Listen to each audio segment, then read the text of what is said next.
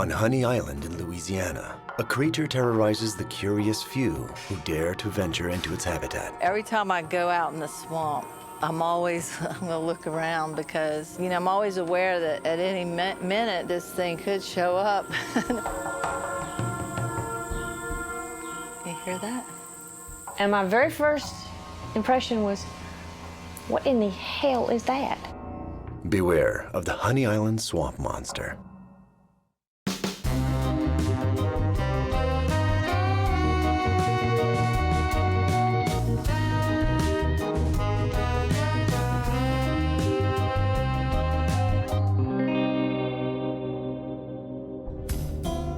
Louisiana is jazz, festivals, Cajun culture, and of course the charming New Orleans. And the Big Easy is surrounded by exceptional landscapes. The arms of the Mississippi create a vast labyrinth of swamps before draining into the sea. These bayous, sparsely populated and often inaccessible by car, inspire awe and a sense of mystery. The Honey Island Bayou is one of the best preserved in Louisiana. It's so inhospitable that even experienced hunters often refuse to return. In these ancient bayous, it's not only the known predators that you have to worry about. There's also a monster. In 1963, Harlan Ford was in this area to hunt. But on a night when the moon was dim, a different predator was waiting for him. His granddaughter Dana Holyfield shares his story with us. We were walking fast with a heavy load when we saw the hindquarters of what appeared to be a large animal standing on all fours in the trail. But as we approached within 20 feet, Bill exclaimed in a loud voice, "What the hell is that thing?" The creature had evidently failed to hear us approaching up the trail, but at the loud sound of Bill's voice, it swung around and faced us. This thing glared at us for a ferocious manner for only a split second, then raised up and ran on its hind legs, disappearing over a mound of briars and brush.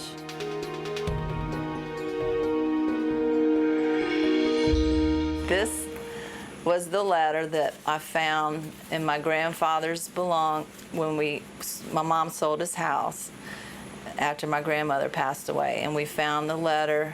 I guess it was in 1974, and it sort of explains in detail his actual experiences. He had told me when I was a child, never, his friends and family, but over the years, things get exaggerated and, people tell a story, and then by the time it gets around the table, it's changed. So when I found this and it documented his what he said, then it's like, we know the truth, like what really happened.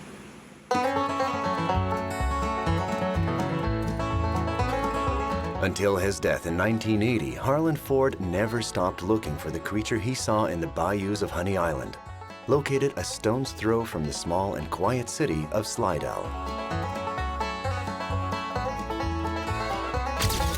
Ariolia Vanni is the historian of record in Slidell. She has just written an essay on the history of the city. Slidell is located 3 miles from north of Lake Pontchartrain. We're 30 miles from downtown New Orleans. We are in the ozone belt. I mean, the mayor always says we're the best kept secret on the North Shore, and we really are. The area is just a mystery. Nobody really wants to go digging around in the swamp with alligators and the snakes and things like that. It's beautiful. If you like to take pictures, it's a great place to go. And then maybe you might get a picture of some strange animal. It's in Pearl River, a small town of 2,000 people, that the monster has most often been sighted. That's the home of the Honey Island Swamp, which is foot of it. And that's our West Pearl River. James Levine is the mayor of this city on the shores of the bayou. Yes, it's the talk of the town. Sure is. They've seen him, they've heard about him, and it's just, I guess for sure he's for real, We are in the middle of Honey Island Swamp.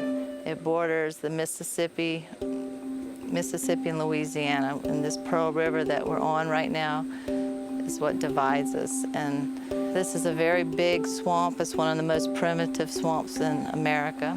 Our people and a lot of people all around the country, they come in here and hunt, do a lot of fishing, a lot of sightseeing now with the boat tours and stuff, with the alligators. It's a beautiful swamp. A little bedroom community. Everybody knows everybody. We clean. It's home to everybody. The island that we're on here is called Goat Island. This is where our camp is.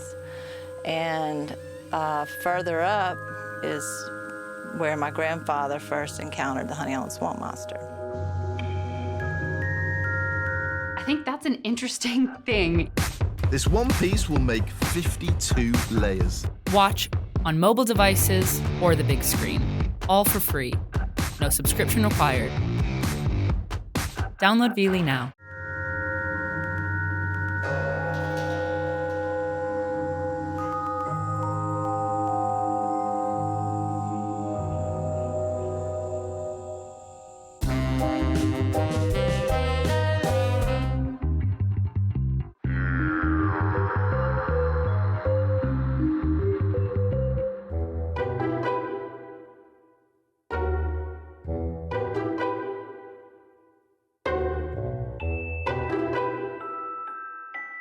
The monster described in Harlan Ford's memoirs is terrifying.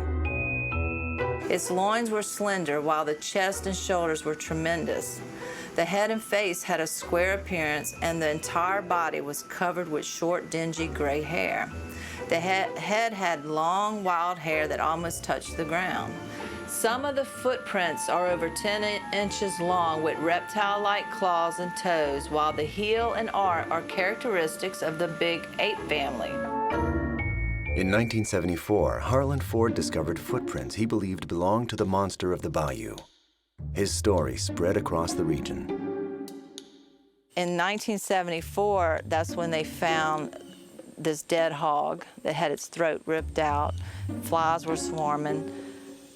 They kept going a little ways. They was wondering what would kill a hog up in the woods like this and just leave it there to rot. And that's when he saw tracks. Well, he went back later with plaster Paris and made plaster Paris tracks. Researchers from the Louisiana Wildlife and Fish Commission analyzed the imprints and could not link them to any known animal, which fueled rumors that a monster lives in Honey Island's bayous. Moreover, Dana describes her grandfather as a down-to-earth man. A former air traffic controller and an experienced hunter, he knew how to keep his cool and was not one to fantasize. And he also was a musician, and he had a lot of friends in high places, as you could say. So it's like he was maybe putting his reputation on the line by coming out and saying this, because, you know, he used to fly his plane to the governor's mansion and play music for, you know, he'd get all his music friends to go over there, you know, and he knew a lot of people. So to come out with a story like that, I guess he chanced it, and he didn't really care because he knew what he had seen. He said, I don't care if they believe me or not, I know what I saw. I just knew he was just very serious on finding out more about it, and I felt like after he passed away, I had to carry on what he was doing. I wanted to find out.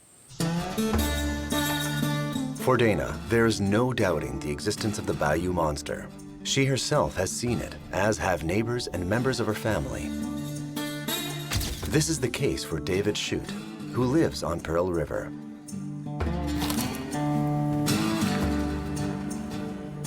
I enjoy it. That's part of living in Louisiana here, you know. You're surrounded by nature and it provides for you. That's a beautiful thing.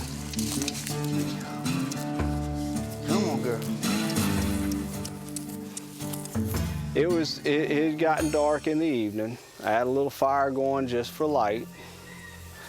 And we had been walking down the bank, messing with the frogs, and we come back by my boat, and we set our gear down, and we're headed back up towards the tent. And got back just about to the tent, kind of by the fire, and then something ran out from behind the tent.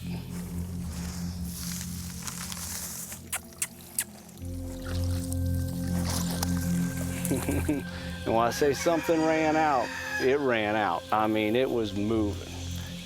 It took off from behind the tent and it leapt and dove into the water. I don't know a creature that can do that. First thing I did when it happened, I ran back to my boat. I got my Q-beam on it and I shined over there. Its head wasn't above water. I don't know any animal in this swamp that swims with its head below water. None. And I was fairly nervous the rest of the evening. I didn't leave my gun from my side after that because I didn't know if it was coming back.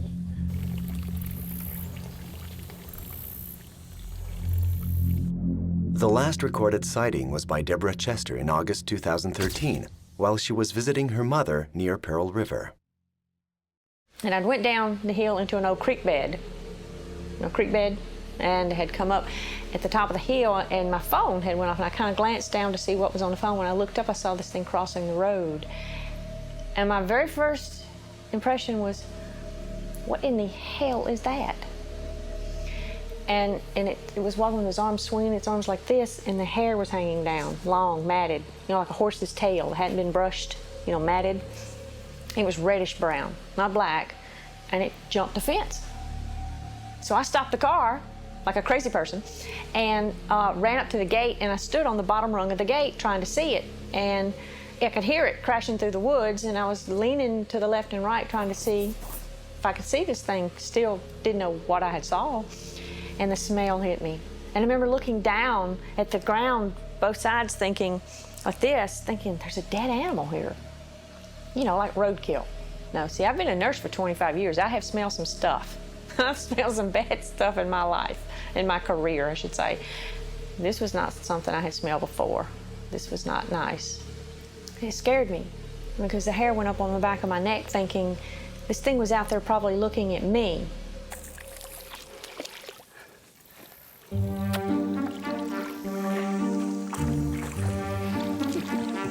I don't know. I would think if there's something out there, he's living off the animals around him because the swamp is plentiful. There's food everywhere. But then again, maybe if you're tired of eating the same old thing, maybe some new smell that interests you. I don't know. And I've told a few people, that's the main thing. People need to know this thing is out there, and it's real. And no one's going to convince me otherwise because I know what I saw. I don't know what they are. But I'm convinced there's something there. I've seen something out there in them woods. If you want to call it a monster, I guess we can call it a monster. I definitely believed him. Just you could see it in his face that he knew it. He had saw something. You got to understand, I was born and raised in these woods, right around the corner, not 100 feet from where I saw this thing. That's where I grew up my whole life. I know all the animals in the woods. This was not something I've ever seen before.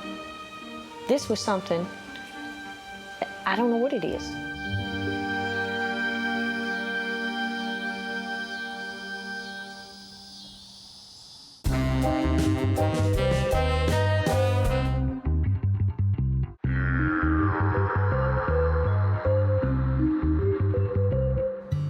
It was the Cajuns, the descendants of the Acadians from Nova Scotia, who first settled in the bayous in the late 18th century.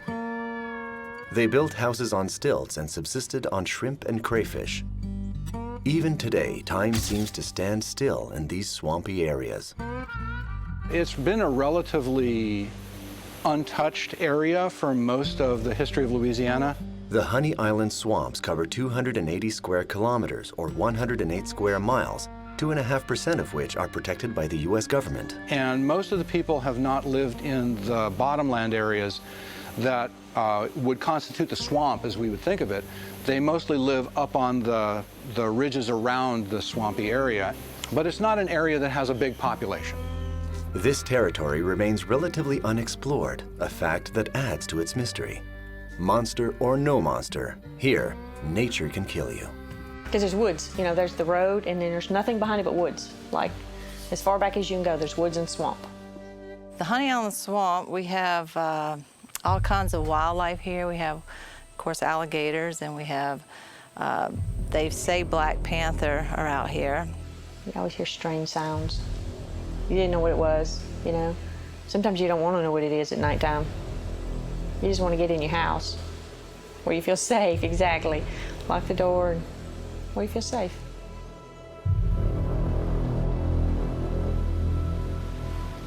Okay, guys, we're gonna put on some Cajun air conditioning. Hang on here, we're gonna get up ahead, be prepared. I don't want you to get tossed over, so hang on.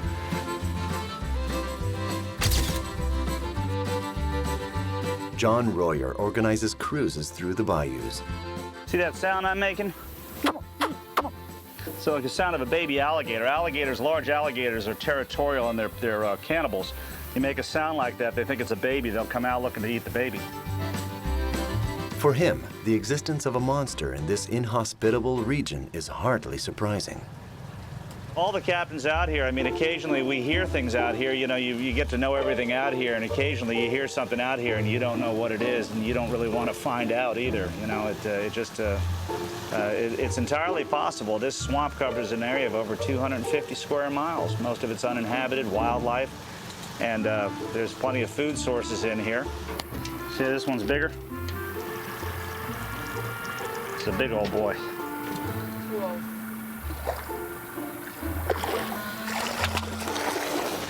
This thing apparently moves through the swamp and occasionally moves on the fringes. People occasionally that live on the edge of the swamp, some people claim to make contact with this thing, see it moving through the trees or moving on the edge of the water, or even wading through the water.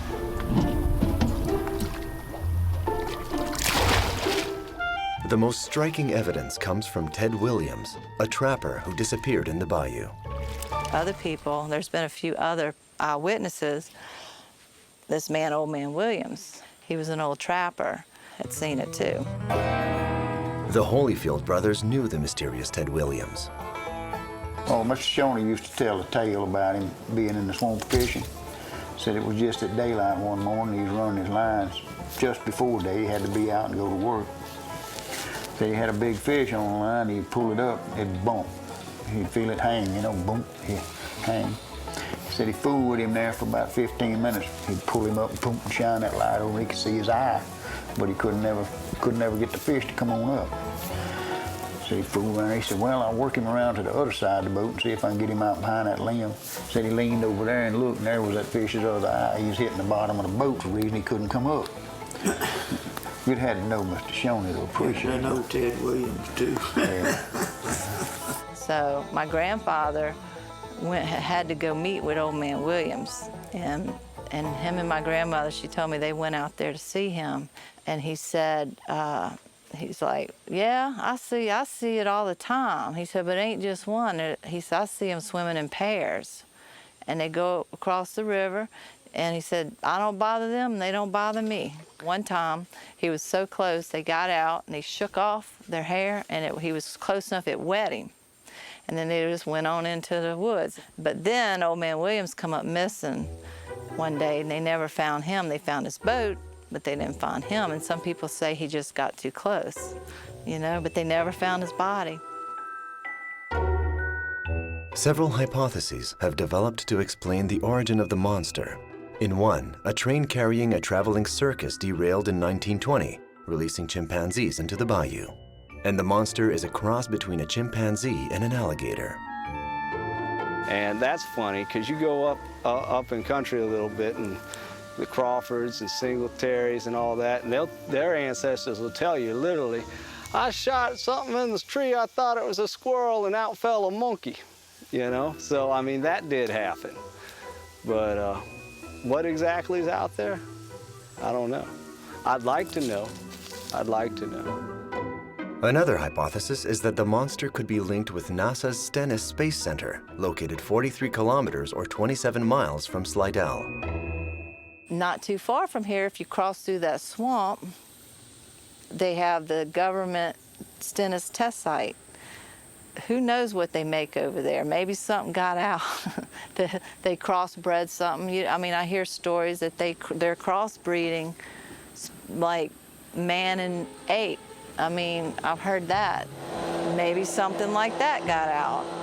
You know, I don't know, but, or maybe it's an alien, I don't know. It's just something that's not, that just can't go walking around in town.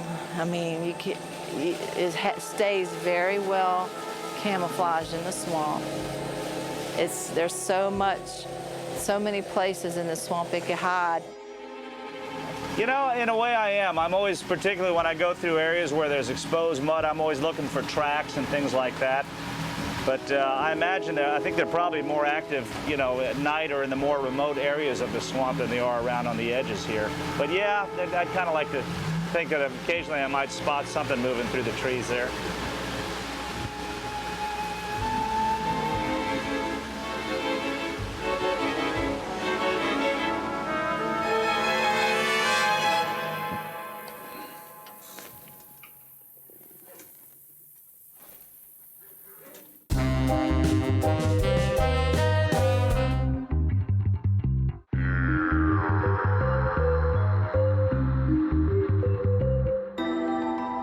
After the death of Harland Ford in 1980, his wife Yvonne found several rolls of film in a box. One was marked Honey Swamp Monster. These are the images Dana used for a documentary she made on the monster in 2007. Though there has been much controversy about the existence of this Louisiana honey-owned swamp monster, I managed to locate several new eyewitnesses who had more recent sightings since Ford and Mills first saw this creature in 1963. Whenever I was doing the documentary film, my grandmother, Yvonne Ford, who was married to Harland, came out and said, I don't know if you could use this, but he's had this film. I found it in his belongings after he died. There was one labeled Honey Island Swamp Monster and a little piece of masking tape. And I'm thinking, oh, could this be what I think it might be? First, it starts off with his boat ride up the river and through the swamp, and then a tree blind that he used to sit in. And then after a while, something just starts walking across the swamp. He was up probably about 100 yards in the tree blind away from it. So he must have got closer than we thought he did. And I asked my grandmother, I said, why don't you think he ever reported this, like showed this to the media? And she said, probably because he was so afraid people were gonna shoot it and kill it. And he just wanted to find out more about it. And he never went to that swamp without his camera, you know, when he was really trying to find out more about this thing. And so it was just amazing that he actually captured something on film, and it took years later for us to discover it.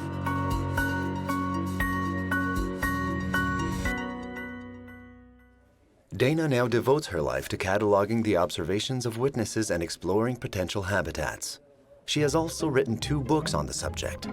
In short, the monster of the bayous has become her obsession. She regularly travels the waters of the bayou looking for the creature. Sure you don't want to go with me this time?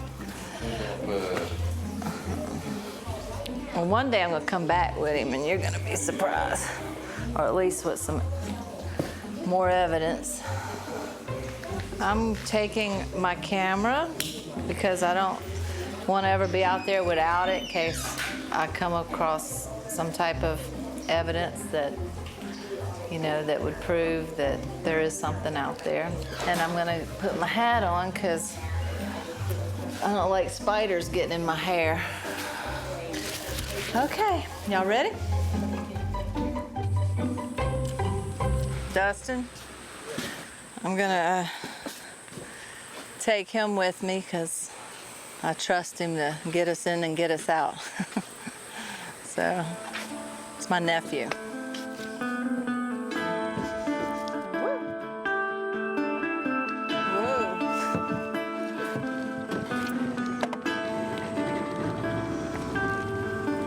We're gonna go in through here, down this slough, and look for any signs along the banks to where a good place to get out, walk into, a good opening, just to see what's at, you know, if there's any kind of new evidence out here. Dana was 8 years old when her grandfather found the footprints of the monster and 14 years old when he died. Her youth was rocked by the pursuit of this monster. There's a few people that maybe live year-round, but a lot of times people just come out here on the weekends to stay at those. We used to have a houseboat around that corner when I grew up. Come here every weekend. I remember we used to jump off the top of the houseboat into the slough. Nowadays, I think I wouldn't let my kids do it. My mom said, "Mom, you let me jump off that roof?" But yeah, we had a lot of fun out here. I'm probably a little bit scared, but I'm always try to stay alert and hopefully if I do see this thing that he won't try to hurt me. But I just would like to see it, you know, just to see what my grandfather saw. I've been in this area a long time, but I mean, you could say you know something, but it changes through the seasons. And like, say when Hurricane Katrina hit this area, they had so many logs and vegetation, just everything just was tore up. So many trees fell in this slough, and then everything just grew rapidly. Like. Although she's very familiar with the location, it's important not to underestimate the savage nature of the bayou. And you might know it. You could go in there and think you know the swamp. You could get so turned around in a swamp and get lost so easy. So it's good to keep a phone on you in case. Hopefully you'll get a signal if you got lost. But there's been a lot of people, hunters mostly, that get lost out there and they have to call someone, you know, they have to get search and rescue to go find them.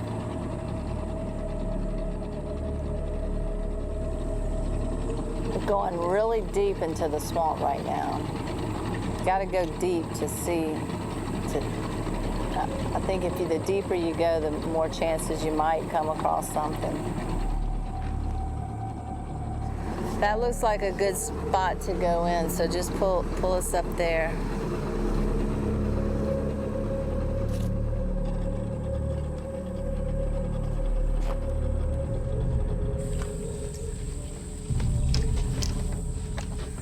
All right, I'll let you lead the way.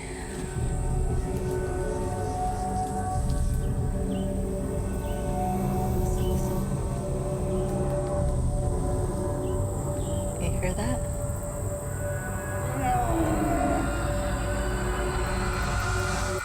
Dustin!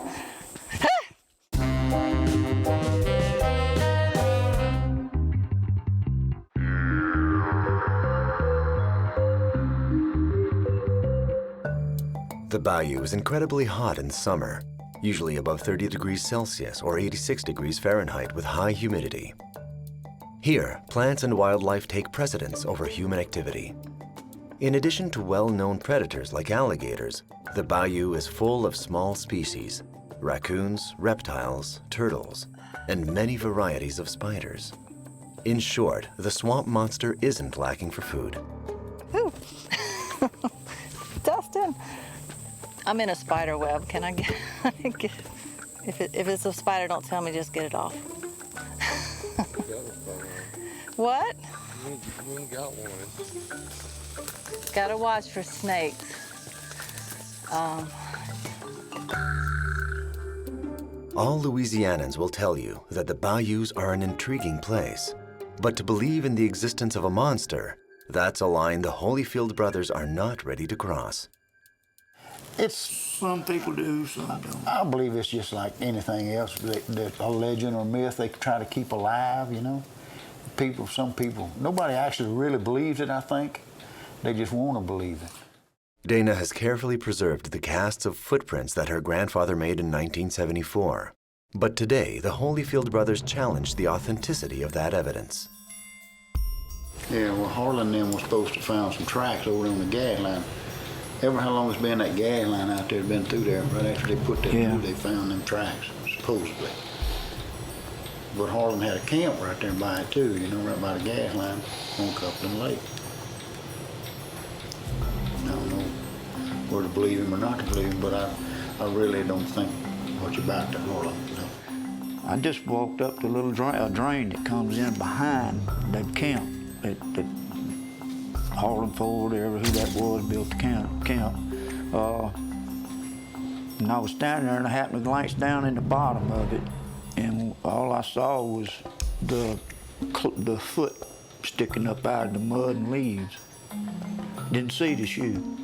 And it was covered up with mud and leaves except for the foot. It was sticking like that up out of in the bottom of that slough. Without a doubt, you can look at the bottom of the shoe and see the molds from up here, and it's identical. The day Rick found that foot, we laid it out on the front porch at Daddy's, put a camouflage suit of clothes in, stuffed it full of rags. And when Harlan and Dan got out of that vehicle, Harlan was saying, yeah, that's him right there, you've got him. And it wasn't nothing but an artificial foot, you know. Who you reckon put them tracks on that gag line? Harlan Ford put them on there. He claimed that he had the shoe with the track glued on it that was found near my grandfather's camp in the mud. And then he tried to say that those were my grandfather's shoe. You know, we first thought, well, I went to look at this, I wanted to see this shoe with the track and compare them with the one I had. And for one thing, the shoe was little. My grandfather's foot would have never fit in that foot because he stood 6'4". Ricky Holyfield was about, and the shoe was small. To me, they didn't, I mean, it looked like long fingers with no webbing on them glued to this shoe. But this doesn't worry Dana. She still hopes to capture the swamp monster. See, like, this mud's soft, and if there was, you know, this would be a good place if it came through here to be able to see a track, because it's still soft, because this used to have water over it not too long ago, and the water dropped, so all this is soft mud.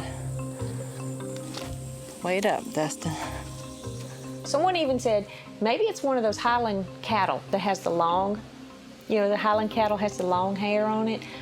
I said, you think I'm stupid? I was born and raised on a farm. I grew up on a farm. I know cows. I know Highland cattle. This thing walked on 2 legs. It walked like a human, but it wasn't human.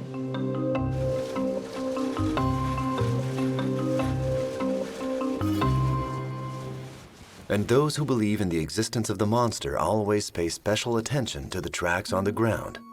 Who knows? You see the toes in the front? He was chasing something, a deer or something up in there. Something came in here really fast. See the tracks going up in there? Wide stride, too. See, whatever it was on the front there, those nails dug in right on the front of that print there, right in the mud as he stepped in there. That foot that's about a foot long right in there. And those claws dug right up on the front there.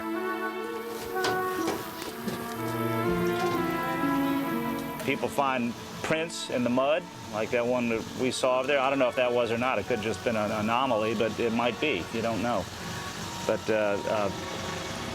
hunters out here that have been hunting out here, hunting for various things, wild hog, turkey, and things like that, there's some stories that they've had of coming in contact with one of these things out in the middle of the swamp, out in the middle of nowhere out here.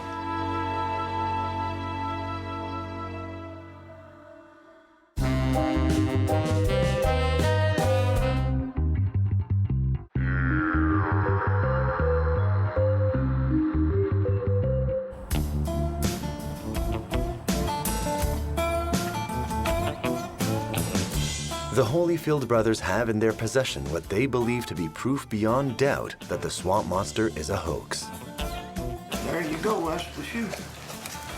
That's the foot. It still got swamp mud on the sole. Still got it in it.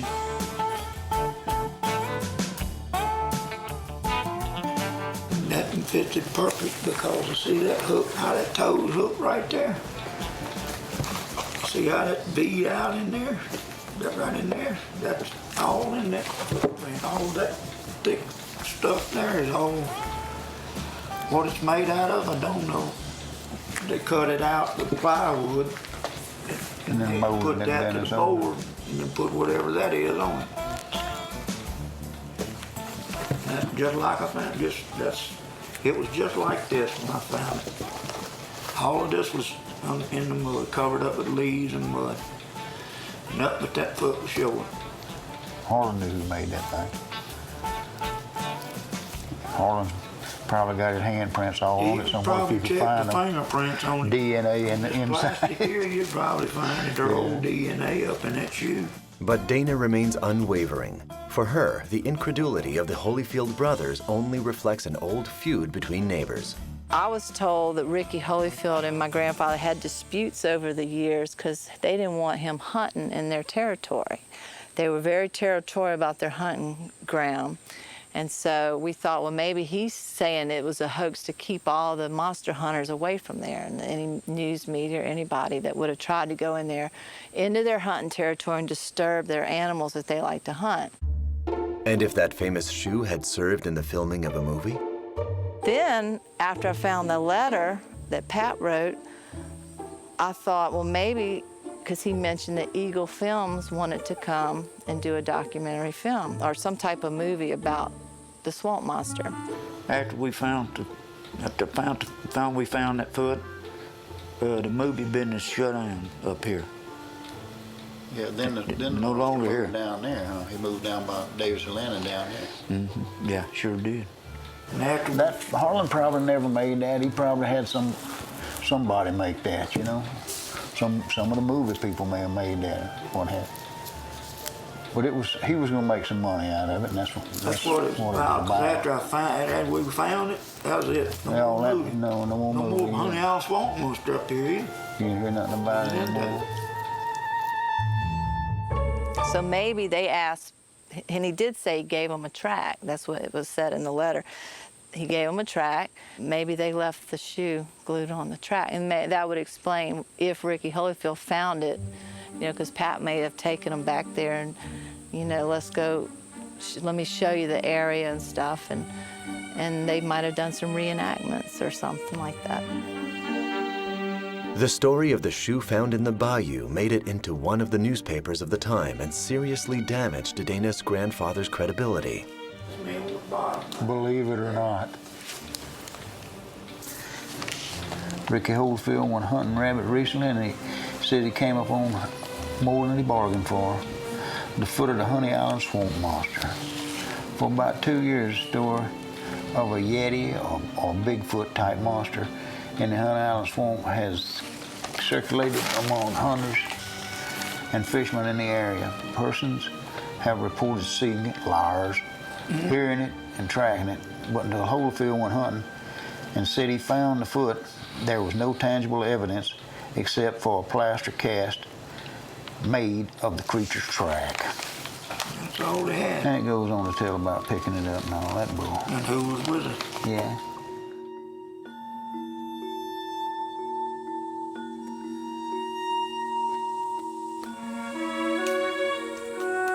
Mosquitoes.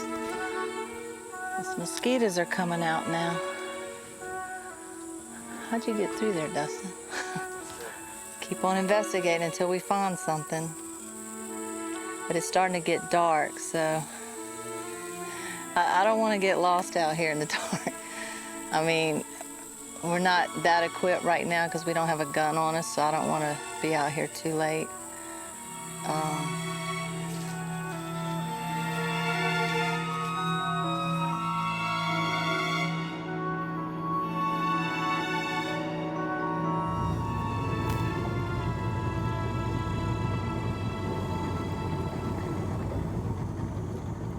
Really don't make a lot of difference to me what folks believe. And yeah, it don't As matter. long as I know what happened, you know.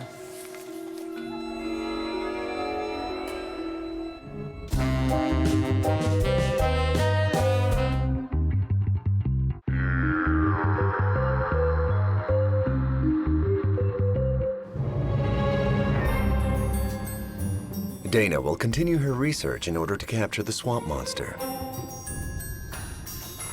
Well, we went out into the middle of the swamp and we looked for evidence. We didn't really find any footprints or anything that you could collect and bring home with you, but we did hear something. And I got in a spider web, so I did it. We heard something, but we got a little closer. Maybe next time we're gonna come across something better and see what happens. Just keep looking for it. Despite the lack of hard evidence, some Louisianans firmly believe in the existence of the swamp monster. But what motivates their belief? Mystique, mystery. It's just human nature. That's all it is, it's human nature. Like anything else, it's when you're a little kid, you don't want to open up the closet because it's dark. But you're dying to know what's in there. You just want to know what's in there, you know? Or you don't want to look under your bed because you know there might be something lurking under there. And that's how the swamp is. When you're riding through there, or you looking, when you're looking at that area, and you want to see something. You want to see something. You want to know something is in there. And we know there's nothing in there. It's just an idea. You know, I mean, and that's what that is. That's working on your psyche, supposedly, you know. I mean, in other words, like the kids say, psych. Well, that's exactly what it is. It's psyching you up and letting you think that there's something in there, and there really is nothing there. What can I say? Okay, there have been reports, as is common in many areas of North America, of a swamp monster. We regard these reports with a healthy skepticism, but many people actually still believe that there is such a thing in the Honey Island swamp. I don't believe that there is a monster in the sense that people generally talk about it, and there are an awful lot of animals in the swamp that could be confused with a monster that looks roughly human. We've had many reports of bears, and if you get only a quick look at a bear, especially if it happens to be standing and looking around for danger, then your eye can be very easily deceived. So in many cases, people will see something like a bear, and their brains will tell them that's humanoid. It looks like something that is kind of human, but hairy and not quite right. David Shute of Pearl River is among those who will not budge. What he saw was no common animal. I've seen just about every animal the swamp has to offer. I did have a incident with a panther, and I know how he moves.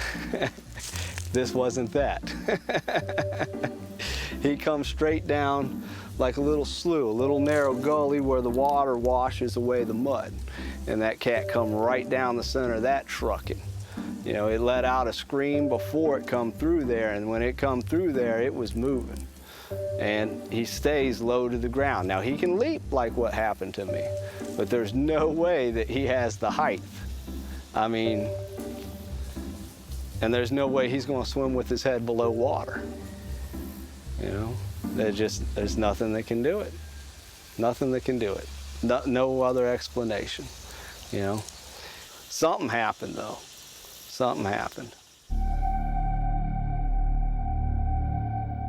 I mean, I'm always gonna be on the lookout because, like I said, there's been too many eyewitnesses that have seen this thing or these things that I do think there's more than one. No, it was not a costume. Have you been to Louisiana in August? You couldn't wear a costume like that. You would die in heat stroke. You know, it's 100 degrees with 100% humidity. You couldn't wear it 5 minutes. I know what I saw. I just don't know what it is. I don't know what it is. But I need to. Yeah, I need to. Because I do, probably once a month, I'm there checking again. Because I don't live close there right now. But every time I'm in this area, I'm back looking. I'd like to know what's out there, I really would. But on the other hand, if it is still out there and it is existing, I'd hate for anybody to bring it any harm. Because it's like anything else, just trying to survive. I would like to see it with my own 2 eyes.